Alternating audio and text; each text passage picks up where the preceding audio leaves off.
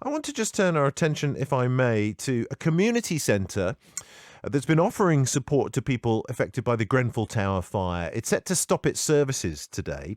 Now, the Curve was set up as part of the Grenfell Recovery Legacy and offered classes and activities to help support people in the aftermath of the tragedy, which of course killed 72 people. Omar Gamari is one of those that used the space. Hello, my name is Omar Gamari. I'm part of the RISE youth group. It's a youth group which looks after kids after school. And most of the kids were traumatized from Grenfell Tower.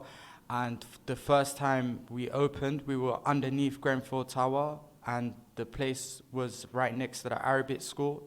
And then after that, we had to come to the Curve. We had meditation groups for the kids.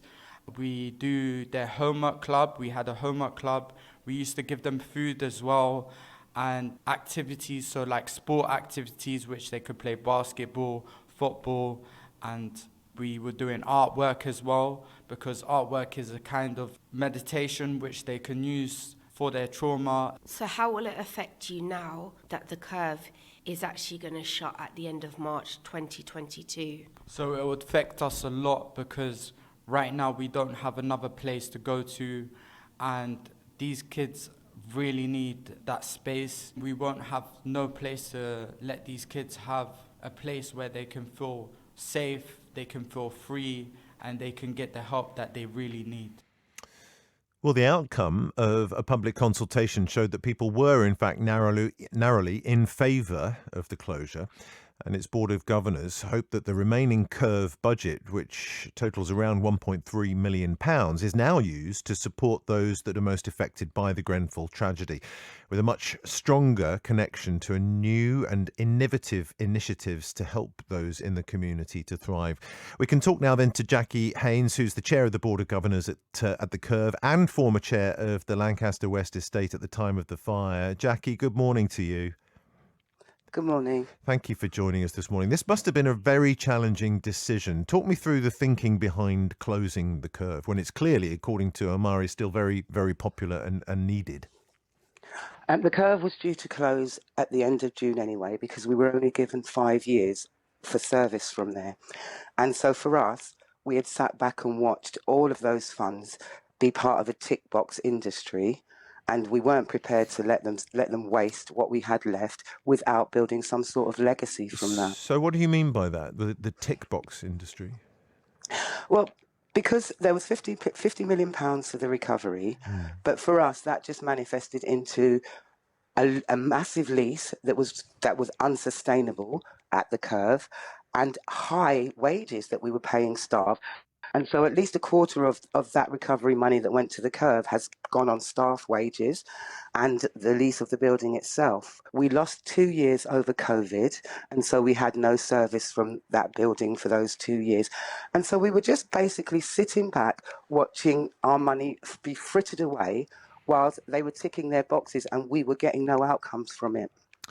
So the money that is left of the 50 million is just about 1.3 million now, you say, and your intention is to do what with that?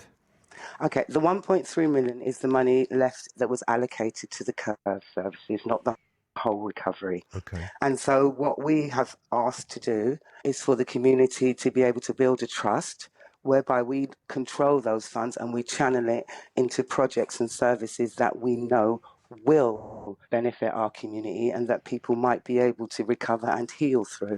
For example? For example, we have a lot of grassroots groups who were providing services. Some were around trauma, some around recovery, some just around rebuilding and remodeling this community. And so they're groups that we would like to invest in to see the continuation of what they do. But it also gives the community ownership and autonomy over what happens to our money. Because basically, we get an amount from the government, it's then put into a local authority's bank account. They decide where it's spent, how it's spent, and give us choices on what we can have with it. Mm-hmm. And for this community after the Grenfell, we're not prepared to live like that anymore. Our new social model has to be around more community ownership and control. So this is, I'm putting words in your mouth, but correct me if I'm wrong. This decision to close the curve is a move to effectively try and regain some control over this money and spend it more wisely. Is that fair? And to have something left to build a legacy, because if we just continue with the building, that'll be the end of our money, and there'll be nothing to have shown for what we have been through for the last 5 years. Right. No messages, no learning, and that just really can't happen for us. Listening to Omar, though, and I'm sure you know Omar, I'm just wondering, he was talking about the kind of support that the Curve offered, the groups that were available there, the spaces that were available for people to gather and socialise, the food that was being issued to young people as well at moments of need. I mean, will there be other initiatives to sort of fill in behind that? Because what you don't want to do is create more problems than you solve, surely. Well, for us, there isn't at the moment, and that's another big fight that we have. We are asking for another centre. We're being told that if we want that, that also will need to come from our 1.3 million that we have, and we know that it's not possible for us to sustain a centre and to have services in the community with just the 1.3 million. And so there needs to be some commitment from the borough that they are going to support us moving forward. It's what they've done is give us 5 years, and at the end of that 5 years it's going to be thank you, bye-bye, and that's not how you treat your community. Yeah, we're less than 3 months away, aren't we, from the 5th anniversary of the fire? And it sounds like that's a key moment then in terms of the funding, in terms of the support that's being made available. It's all coming to an end, is it, in June? It is. We are effectively going to be dropped in terms of support for the Grenfell. How do you feel about that? Well, it's devastating. It's absolutely devastating. And it's people like myself and other community members who are having to hold this up and keep it going. And it's not fair on us, and it's not fair on this community. They have a duty to this community, and I think somebody needs to hold them to that. And they have no accountability at the moment, which is why we're in this position. The new and innovative initiatives to help the community thrive. Give me another example of what you hope that actually will mean. Well, on Lancaster West, it may be a very long time away, but many of us are looking at community ownership of our estate. What it means we no longer trust the people who are supposed to be looking after us and those who have a duty to us based on our experiences with the Grenfell, and we understand that moving forward we have to take more control, more ownership and more accountability for ourselves rather than just depending on the borough or the authorities, because that turned out to be an absolute disaster for us. And just in general, how are people feeling at the moment? Because obviously we're still waiting for the outcome of the inquest. There must be people that are still, I suppose, in limbo in the wake of the fire. Well, yes, there is a massive limbo, but at this point, there's also the re-traumatization. Whenever the memorial time comes around, and when we look back and we see we've spent this whole 5 years fighting, we haven't been recovering. We've just spent this whole 5 years battling for the attention we need, for the services we need. So we're still traumatized. We've just learned to sort of live through it. And that's going to have a devastating effect on our younger people. And that's really worrying for this community.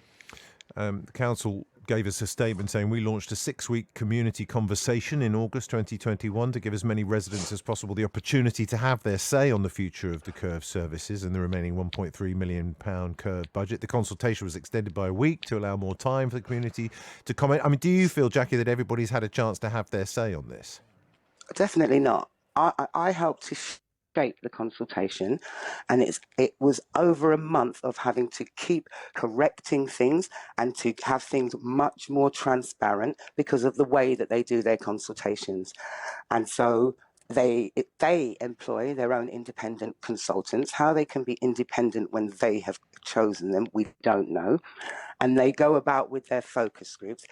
It was not very well responded to in terms of the size of this community. I think there were less than 150 responses for a community as big as North Kensington. And there were also choices on there that weren't feasible. One of the choices for us was, would we like another community centre? Now we're having negotiations with them. We're being told there is no centre. There are no spaces for that. And so effectively, why was that a choice when it wasn't a feasible choice. It wasn't something they were going to give us. And so that's what I mean by their consultations. They are just another paper exercise in order to tick their box. Jacqui, we'll monitor the story, and I'll ask the team to stay in touch with you. Thank you for now. That's Jacqui Haynes, Chair of the Board of Governors at the Curve.